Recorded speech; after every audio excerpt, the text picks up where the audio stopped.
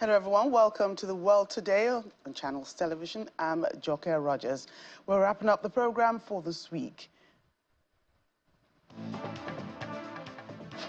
At least 50 Palestinians killed and others missing in a fresh Israeli airstrike on Gaza's northern region.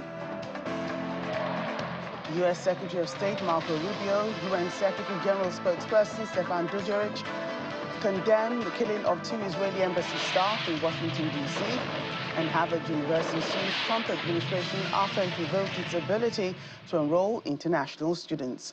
Let's begin the World Today. We begin in Gaza, where at least 50 Palestinians have been killed and others missing after an Israeli airstrike struck a 4-story residential building in the Jabalia al-Balad area. The territory's civil defense says emergency crews described the aftermath as a horrific massacre, having recovered several bodies and rescued a small number of survivors. This latest development comes after the head of the World Health Organization urged Israel to have mercy in the Gaza war and insisted peace would be in Israel's own interests. According to Gaza's health ministry, Israel's war on Gaza has killed at least 53,762 Palestinians and wounded 122,197.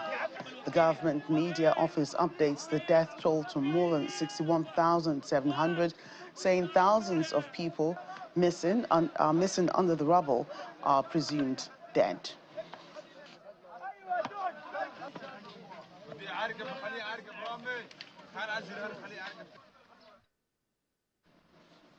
Meanwhile, Israeli Prime Minister Benjamin Netanyahu has accused the UK Prime Minister Sir Keir Starmer and other Western leaders of backing Hamas following criticism of Israel's military operations in the Gaza.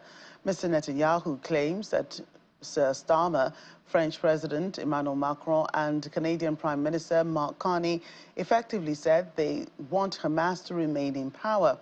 On Monday, the 3 countries warned Israel about the humanitarian situation in Gaza, including restrictions on aid supplies as well as settler violence. Earlier, Israel's Foreign Minister Gideon Sa'ar accused them of anti-Semitic incitement following the killing of 2 Israeli staffers in the Israeli embassy in Washington, D.C.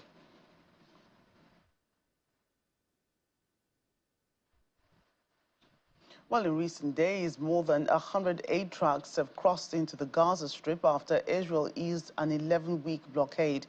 Reports say a displaced father in the region says it's like a drop in the ocean, while a baker claims the flour could run out in the next 2 days. According to the Palestinian Health Ministry, 29 Gazans have died this week of starvation-related deaths.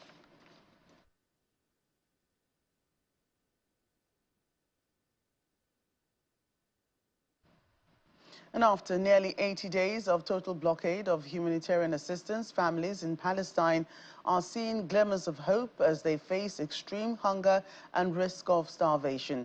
A handful of bakeries are now operational in South and Central Gaza.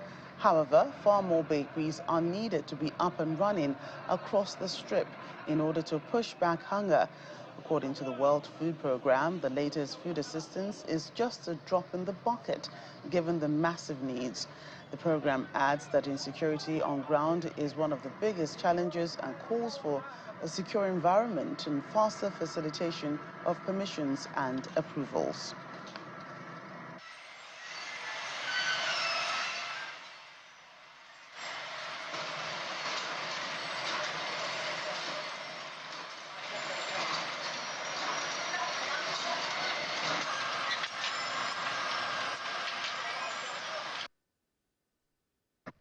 Some aid's finally reaching Gazans in desperate need, but it's moving far too slowly. And it's only a drop in the bucket, a teeny tiny drop in the bucket. We urgently need faster clearances and unrestricted access to get the food into the hands of the people on the brink of starvation. Humanitarian agencies need immediate, unrestricted, and safe access to flood Gaza with life-saving aid. Without urgent action, lives will be lost.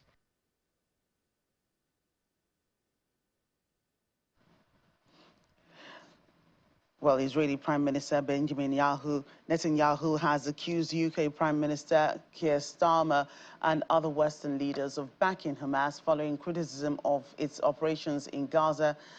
Mr. Netanyahu claims that Mr. Starmer, French President Emmanuel Macron, and Canadian Prime Minister Mark Carney effectively said they want Hamas to remain in power. On Monday, the three countries warned Israel about the humanitarian situation in Gaza, including restrictions on aid supplies as well as settler violence. Last night in Washington, something horrific happened. A brutal terrorist shot in cold blood a young, beautiful couple, Yaron Lishinsky and Sarah Milgram. Yaron had just bought an engagement ring for Sarah. He was planning to give it to her in Jerusalem next week. They were planning to start a new and happy life together. Well, that tragically did not happen. I could never understand how this simple truth evades the leaders of France, Britain, Canada, and others. They're now proposing to establish a Palestinian state and reward these murderers with the ultimate prize. Well, for 18 years, we had a de facto Palestinian state. It's called Gaza. And what did we get? Peace? No. You're on the wrong side of justice.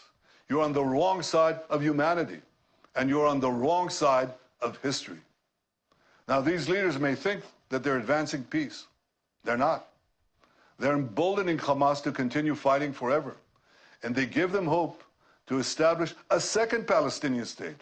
Since October 7th, Israel has sent 92,000 aid trucks into Gaza. That's right, 92,000 aid trucks. That includes 1.8 million tons of aid. 1.8 million tons of aid. More than enough food to feed everyone in Gaza. Our goal from the start was to get food to Palestinian civilians, not to Palestinian terrorists. So we consulted with our American allies. What do we do to prevent Hamas from looting the aid? Well, together we devised a mechanism to achieve this goal. American companies will distribute the food directly to Palestinian families. They'll do so in safe zone secured by our military. And this will allow us to complete our goal of destroying Hamas while enabling aid to reach the civilian population.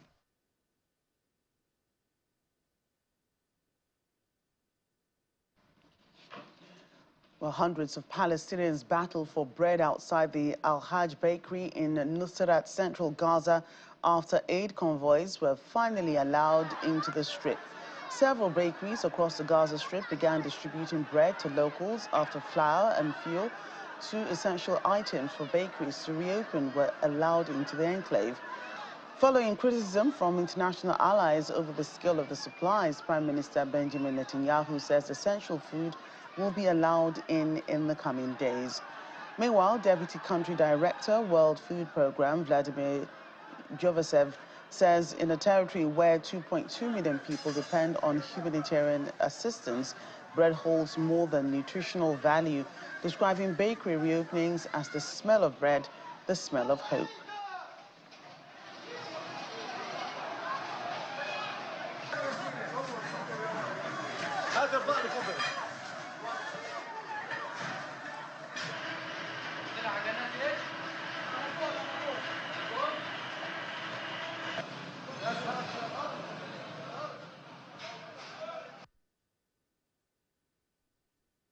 It's a start. What we brought is definitely not enough, but we hope that the borders will remain open and we'll be able to bring more aid into Gaza. 2.2 million people of Gaza, almost everyone depends on humanitarian aid. And the bread is already a staple in Gaza, but symbolically, the smell of a fresh bread is the smell of hope. So we hope that, borders, we appeal for the borders to remain open, the crossings to remain open, and then we are able to bring more humanitarian aid to assist everyone here. I would also like to appeal to everyone in Gaza. We are going to do our work on advocacy of keeping the border crossings open. We remain committed of bringing humanitarian aid as much as it is needed.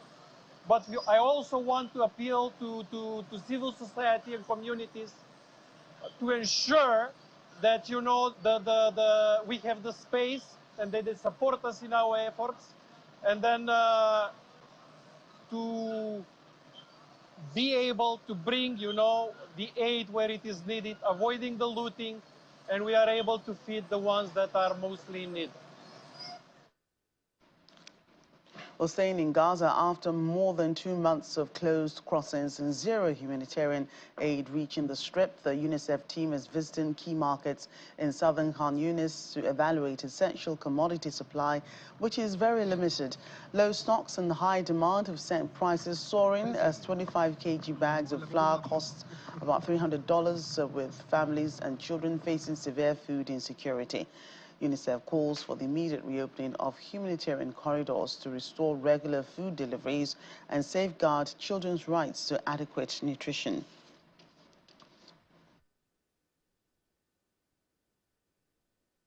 I am here in Khan Yunis in one of the supermarkets where all the shelves are completely depleted. Those shelves have been empty for more than 2 weeks. There is only a little bit of baking powder and sesame seeds available. The prices of basic goods like potatoes or tomatoes have skyrocketed. 5 kilos of potatoes today cost more than $70. 1 kilo of potatoes cost more than $11. These prices are so high that the most vulnerable families, most of the families here in the Gaza Strip, including the children behind me, cannot afford it. On a related development, the suspect accused of gunning down 2 Israeli embassy staff members outside a Jewish museum in Washington, D.C. has been charged with first-degree murder, as well as murder of foreign officials and related firearm charges. U.S. Attorney Janine Pirro said that at a news conference that Wednesday night's attack is being investigated as a hate crime and more charges are expected. Steve Jensen from the FBI's Washington, D.C. field office called the killings an act of terror and directed violence against the Jewish community. The couple, Yaron Lechinsky and Sarah Lynn Milgram, were shot outside an event at the Capitol Jewish Museum in Washington, D.C. around 9 p.m. local time on Wednesday. The suspect opened fire on a group of 4 exiting the event, killing the 2 victims.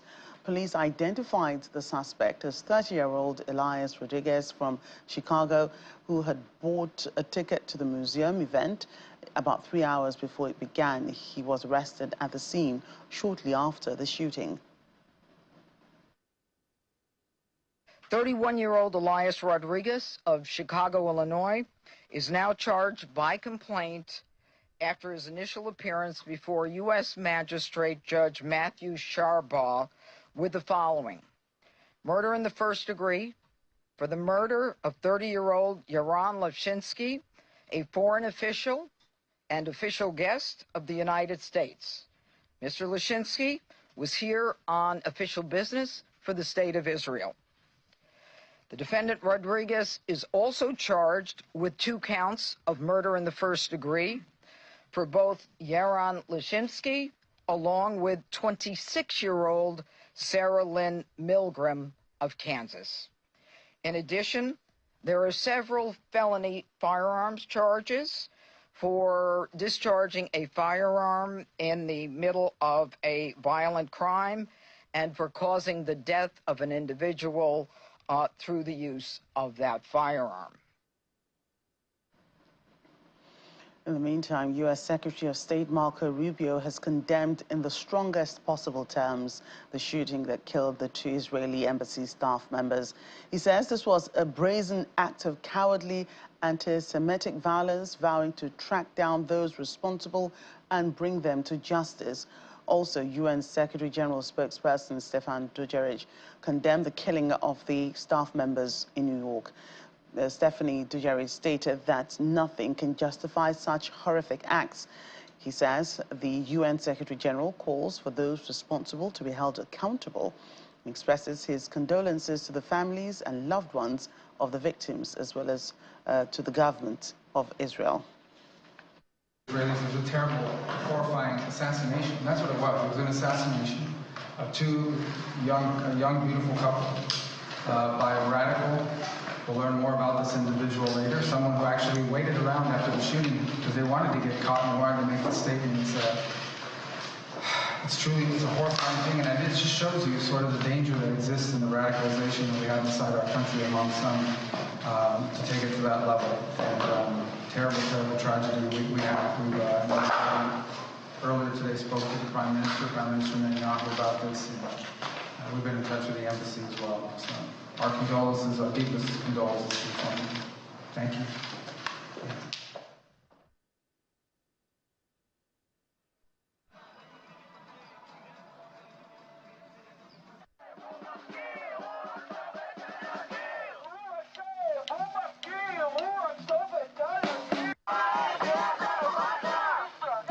Meanwhile, thousands gathered in Rabin Square, Tel Aviv on Thursday to demand an end to the war and protest against settler activities and the handling of hostages following Prime Minister Benjamin Netanyahu's announcement of a new Shin Bet chief.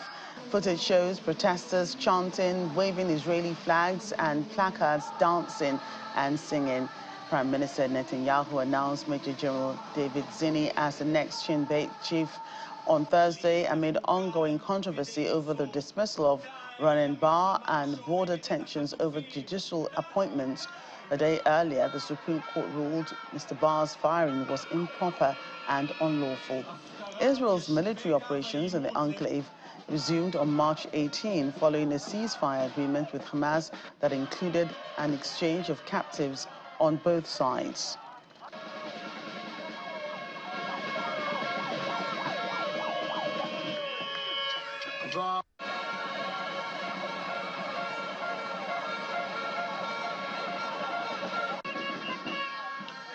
ממשלה שהובילה לטבח ה-7 באוקטובר.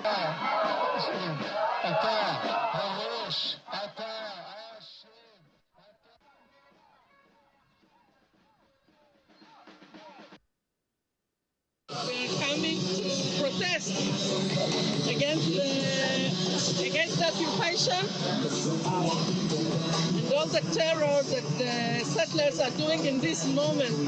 One of the communities is being evacuated in this moment. And it's so sad, so painful. We're coming to protest.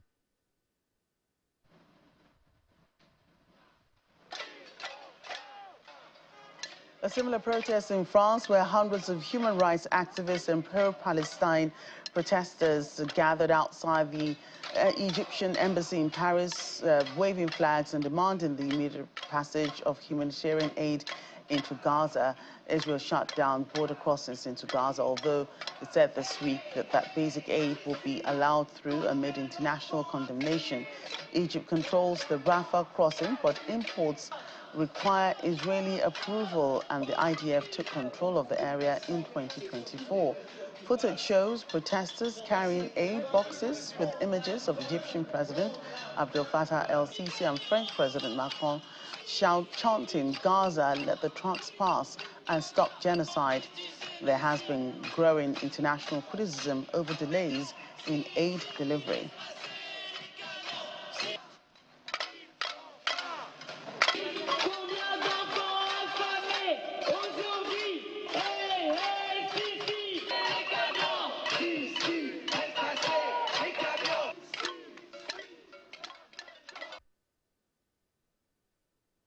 Today it's a rally in front of the Egyptian embassy to tell Sisi that he must let inside Gaza the 3,000 trucks with the aid, which is not his. It belongs to Gaza.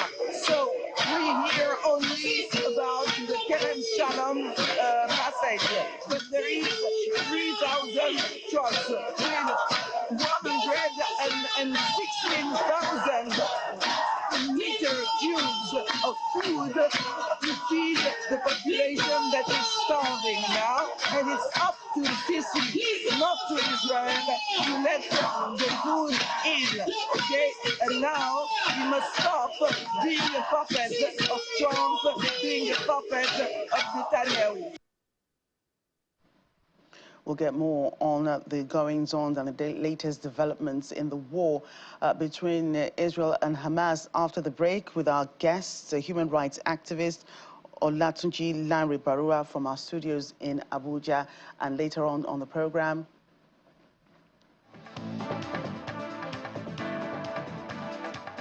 The UK signs a £101 million a year deal to hand over the Chagos Islands to Mauritius. That's in a moment. Do stay with us.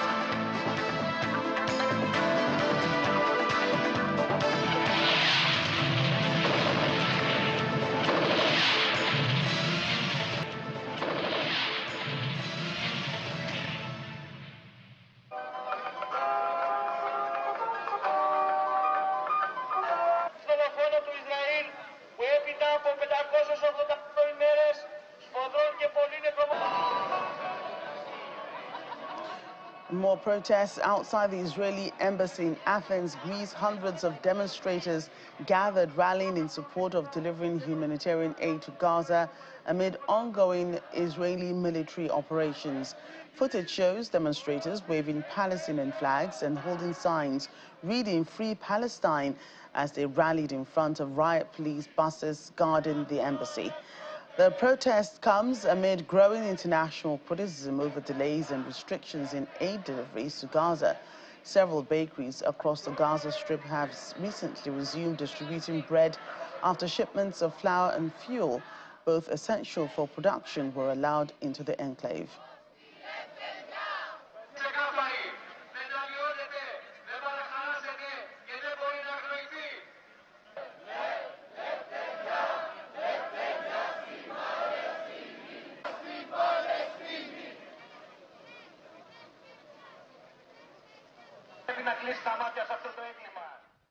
Let's expand this discussion. Human rights activist Olatunji Lanre-Barua joins us from Abuja, the nation's capital. Great to see you on the program today.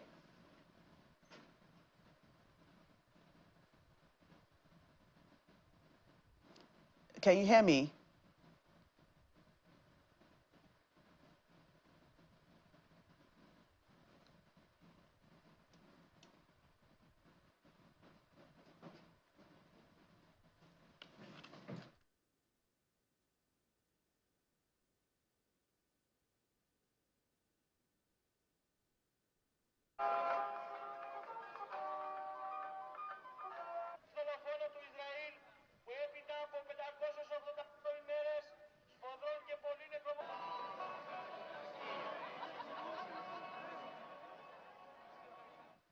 Apologies, we're trying to reconnect with our guest to discuss that dire situation in the Gaza Strip.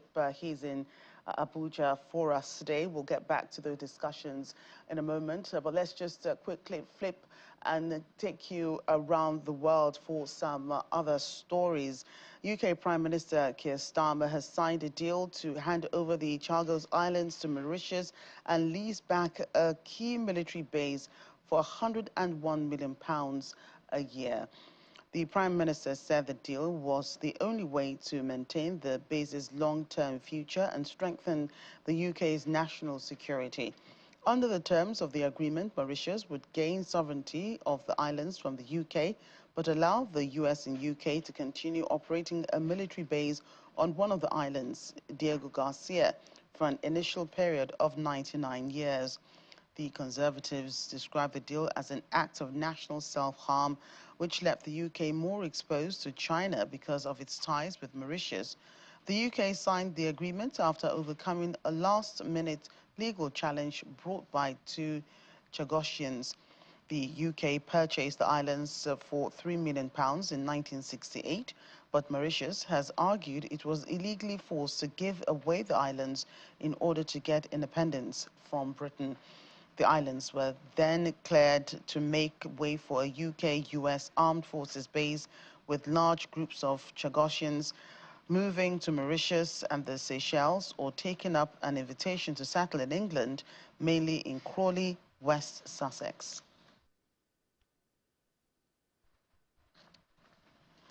We can now get back to our discussion on the crisis between Israel and Hamas and the humanitarian situation there, which is starting to ease, but it's nearly not enough. Joining us from Abuja is human rights activist Olatunji Lanre Barua from Abuja. Great to see you today. Good evening. Thank Right. you. Right, so I can now hear you clearly. So over 100 lorries carrying humanitarian aid have crossed into the Gaza Strip 3 days after Israel eased an 11-week blockade. How significant is this development in terms of alleviating the humanitarian crisis in Gaza? Well, it's better late than never. And I also say that it's a little drop in an ocean. And also, we have to look at it like it's not just the 108 or 105 trucks.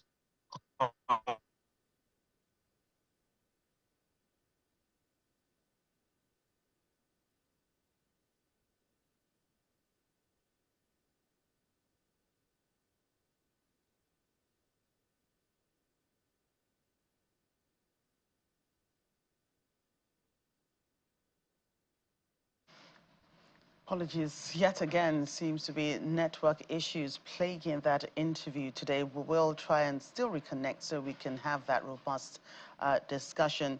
In the meantime, U.S. House Republicans have passed a sweeping multi-trillion-dollar tax breaks package, a narrow victory for President Donald Trump and House Speaker Mike Johnson after weeks of negotiations with conservative holdouts.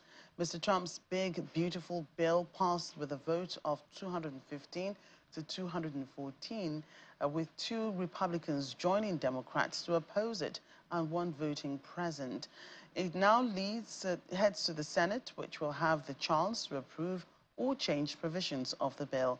The U.S. president's allies on Capitol Hill have celebrated its passage as a victory, with Johnson saying it gets Americans back to winning again.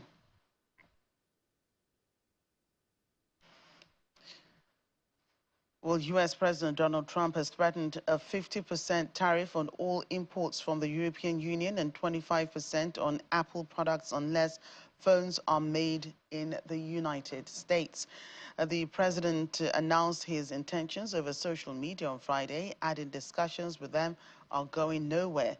Mr. Trump posted on Truth Social that he is recommending a straight 50% tariff on the European Union starting on June 1, 2025. The Republican president's proposal would see higher import taxes on goods from the European Union, a long-standing U.S. ally, than from China, a geopolitical rival that had its tariffs cut to 30% this month, so Washington and Beijing could hold negotiations. This comes after the EU sent a new trade proposal to the U.S. in an attempt to speed up talks on the ongoing tariff dispute with Washington. Joining us with more on this is DW correspondent Chiponda Chimbelu in Berlin for us. Chiponda, great to see you again today with such sticky issues we've been discussing over time. Where do the talks stand at this very moment? Well, the latest news is that U.S. President Trump's negotiators are pushing the European Union to make unilateral tariff reductions, and that is according to the Financial Times. Now, it is reporting that U.S. representatives have said that without concessions, trade negotiations cannot continue, and the bloc will be unable to avoid 20% additional tariffs on European exports. Now, earlier this week, Brussels shared a new trade proposal with Washington, and that was in response to a letter that the bloc received from the U.S. Trade Representatives Jamieson Greer last week. Now, media reports have been saying that the U.S. named its 5 key demands, which included harmonizing tariff rates, better investment conditions for U.S. firms here in Europe, and a similar approach when it comes to dealing with China. Now, so far, senior EU officials have been a bit cagey about giving updates, and that is because they're probably holding off on doing that until concrete progress is made. Or even at that, what do we know about, what the EU is offering Washington? Well, we do know that the EU is actually working on a two-track strategy. And on the one hand, it is trying to prepare some concessions. But on the other hand, it also has a list of U.S. products that it could slap with retaliatory tariffs. Now, in terms of balancing its trade with the United States, the EU is said to be offering to buy more American liquefied natural gas and also more computer chips. And Brussels is also offering to cooperate more in other areas too, and that includes the auto industry, the steel and aluminum sectors as well.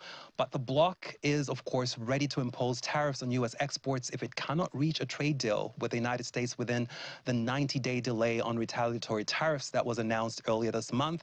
And that would involve targeting U.S. exports worth 95 billion euros with additional tariffs.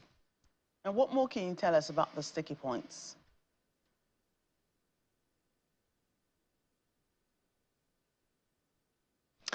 One of the biggest sticky points would be the non-tariff barriers, and there we have the example of value-added tax. Now, the Trump administration has said that the EU's VAT on goods is like a tariff, but of course that is something that Brussels disagrees with because VAT is actually applied on all goods, whether they are made here in the EU or imported.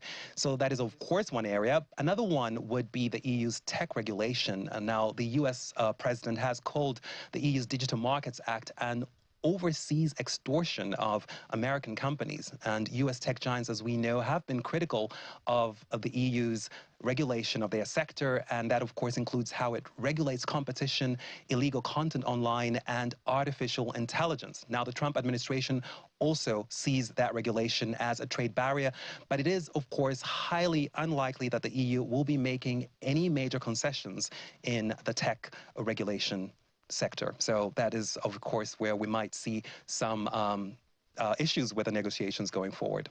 Right, thanks for that update, DW correspondent Chiponda Chimbelu in Berlin for us. Let's move ahead. Now, Harvard University says that it's suing the Trump administration after it revoked the university's ability to enroll international students, escalating a dispute between the White House and one of America's most prestigious institutions. In the suit filed in Boston, the university called the administration's actions a blatant violation of the law. It comes a day after officials at the Department of Homeland Security said they would be revoking Harvard's access to student visa programs. The Trump administration says Harvard has not done enough to fight anti-Semitism and change its hiring and admissions practices, allegations that the university has strongly denied. There are around 6,800 international students at Harvard who make up more than 27% of its enrollments this year. Meanwhile, more reactions continue to trail the meeting between South Africa's President Cyril Ramaphosa and the United States President Donald Trump. Our South Africa correspondent Innocent Samosa has been on the streets of Johannesburg getting reactions from regular South Africans on the meeting between President Ramaphosa and President Trump. The South African delegation emerged from their closed-door session at the White House, striking a notably positive tone. This followed a tense and, at times, dramatic exchange from the Oval Office, where President Donald Trump confronted President Cyril Ramaphosa over the killings of white farmers, once again referring to it as genocide. Let's now hear how South Africans are reacting to that meeting. I think as a nation of South Africa, the meeting was needed. Reason being was, America has been hearing stuff that has no solid proof regarding, because crime, example, it happens to all races, whether you are black, white, Indian, Chinese, or Muslim. It happens to all, and the whole country is affected. And the reason being, the country went there. That was teamwork. What happened yesterday, it showed that the country stood together. Big ups to President Ramaphosa and the SA delegation for bringing up that idea. For me, generally speaking, as a citizen, For me, there's no difference between Ramaphosa and Trump. The reason why I say there's no difference is because Ramaphosa also, they caught him with money on his farm ban, whereby people of South Africa were then striving for a 370s, which then the outcome was approved for no payment dates. So when people identified the problem regarding the scam that Ramaphosa was doing on his farm, that what he did was he actually made the application for 370s, 350, and to receive payment dates, which then took the focus off citizens of South Africa. Every night there's constant shootings. People are losing their lives. And basically the police is doing nothing to prevent the situations from happening. Because basically if you are a murderer in my area, if you have a 500 rand, you're out by Monday. So you just be there 3 days. Monday you're out killing people again. The police does nothing. They with us people. We're losing friends to senseless violence. You said you buried your friend last week. What happened? He got shot. They ambushed him on the highway. So after it was big. So do you think that the narrative that there's genocide in South Africa is wrong? Do you think that crime affects everyone in the country, not black or white or colored? Yes, it affects everybody. Reason why I'm saying it affects everybody, we need money. We have families to raise. Well, South Africa's President Cyril Ramaphosa pushed back, explaining that there was criminality in South Africa that affected all races. From Johannesburg, South Africa, Innocent Samos, Channels Television News. There's more to come from the continent in a moment, and yet still to come on the program.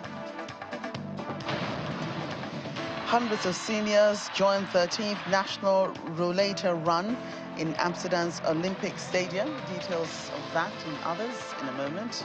Please stay with us.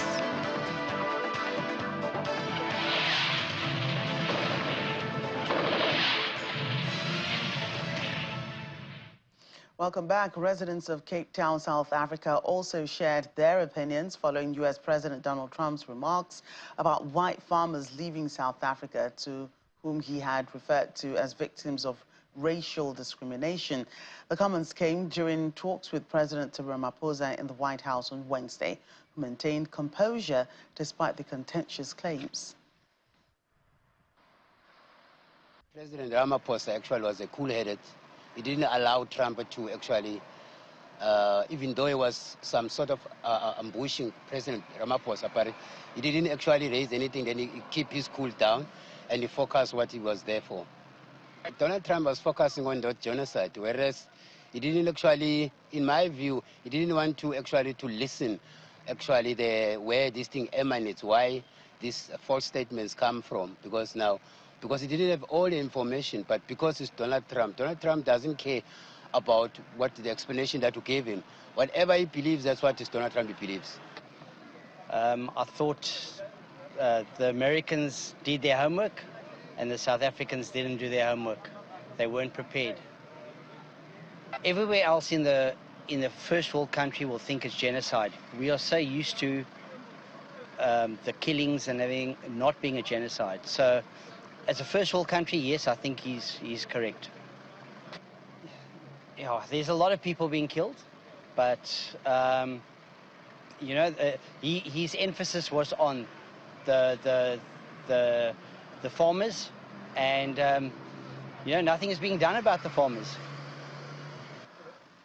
You see, the thing with politics, there will always be politics.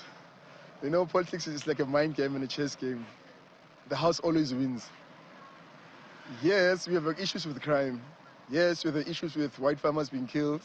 But the last time that I read or heard about a white farmer being killed in the farm, it's been long compared to a black child or a black community being killed. Like, we still have a Toto case that's still going on, unresolved. Sezomeo case is still unresolved. So it's politics. They're always bullying somebody, and they're going into stuff for what benefits America, never the partner. It's always about them, and you're always on the short end of the stick. The Special Rapporteur on the Promotion and Protection of Human Rights and Fundamental Freedoms while countering terrorism, Ben Saul, has concluded his official visit to Somalia to assess the consistency of Somalia's counter-terrorism laws, policies and practices with international human rights law, humanitarian law and refugee law. Mr. Saul notes that with concern that Somalia has adopted excessive and overbroad terrorist definitions and offences, as well as expansive intelligence and security powers that could compromise fundamental human rights.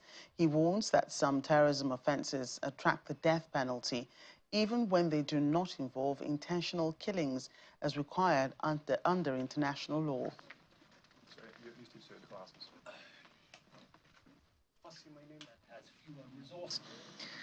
I would like to make three recommendations in relation to these issues.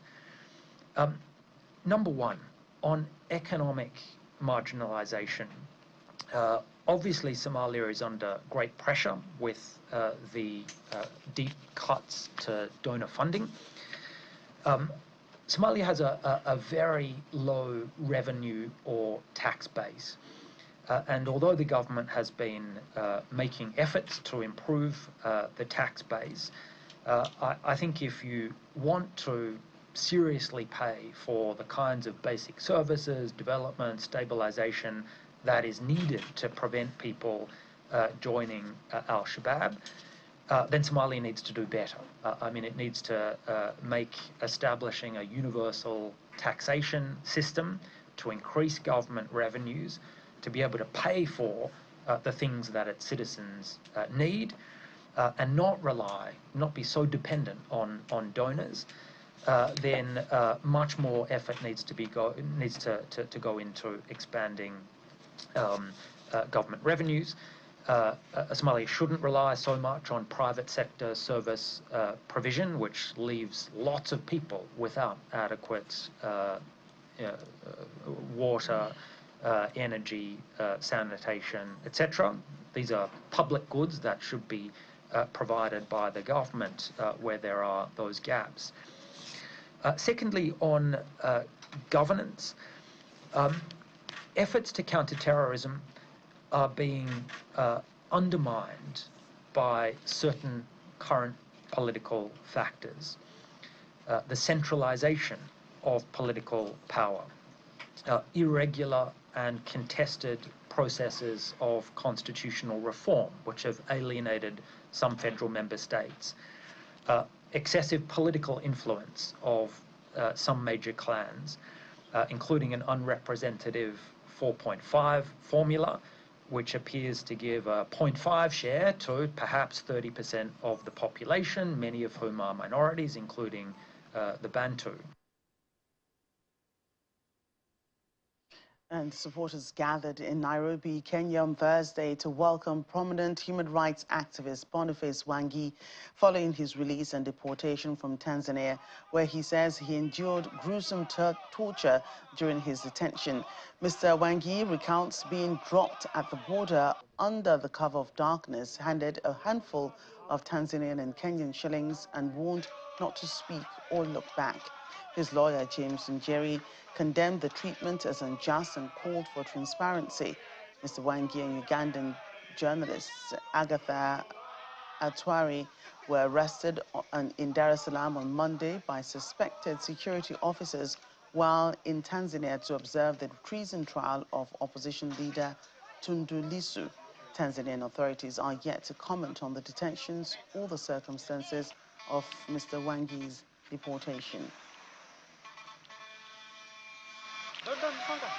I've been handcuffed and blindfolded since Monday night until this morning. We were both treated worse than dogs, chained, blindfolded, and underwent very gruesome torture.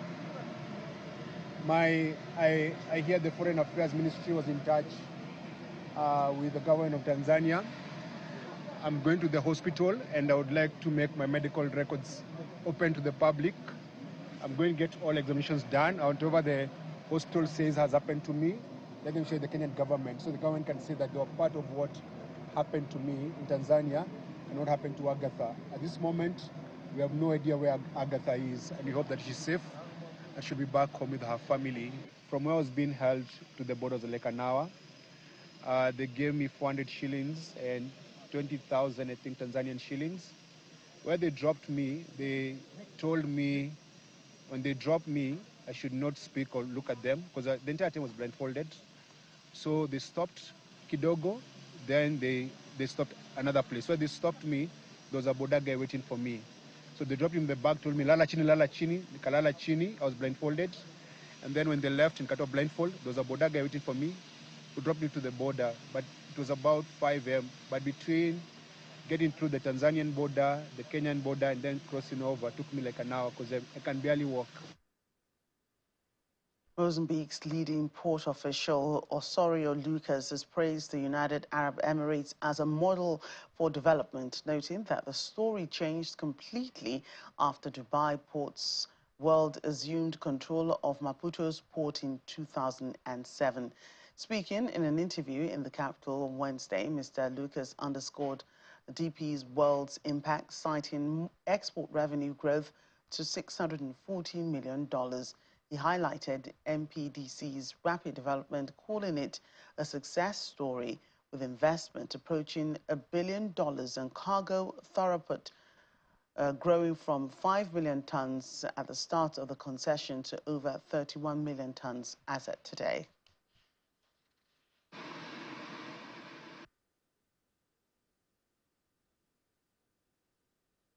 This port is a private operated port since 2003, and it has gone through a low investment cycle at the beginning of the concession.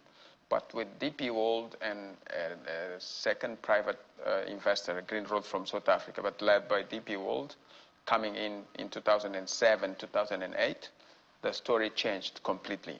So it started with a new master plan that it was developed between 2008 and 2010, after which it was possible to invest just around $800 million in this interval between 2010 and 2024, I would say.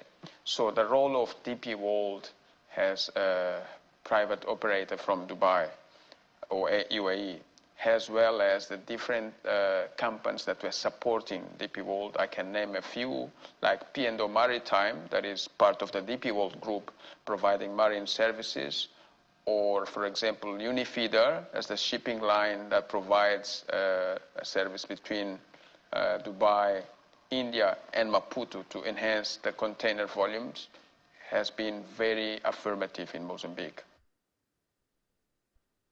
Outside of Africa, moon exploration has embraced a new dimension for the renowned Japanese sake maker Asahi Shuzo, which aspires to become the first brewery to create its products on the International Space Station. Footage filmed on Wednesday in Yamaguchi shows the brewery and the process of making the sai, which the brand is famous for.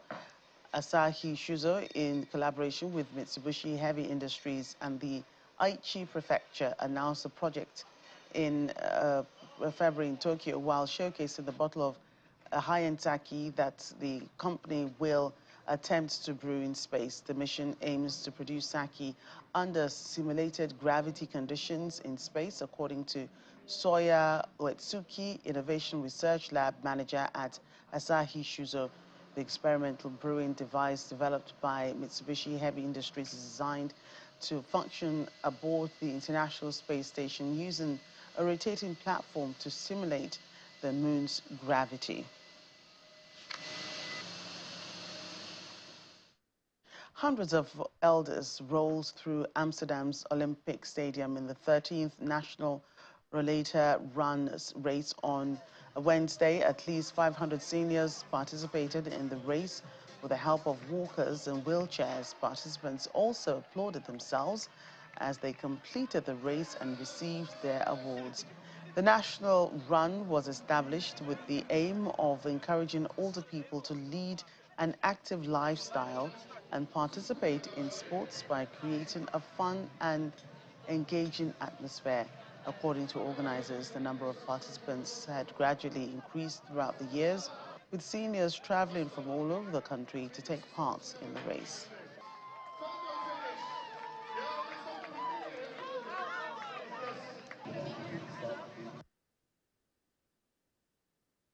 Why we decided to do this event for the 30th a 13th time is because we think the Olympic Stadium has to be accessible for everyone, and for if you are old or young, if you have a lot of money or you don't have a lot of money. So what we try in our programming is to make several events for different target groups. 500 participants from all over the country. They come by buses. There are 150 people to assist them, so we are in total 650 people. I think it's a growing event. She wants to stay forever young, and she wants to show that she's still strong and believe in yourself. That's it on the show this week. Thank you so much for watching. I'm Joke Rogers.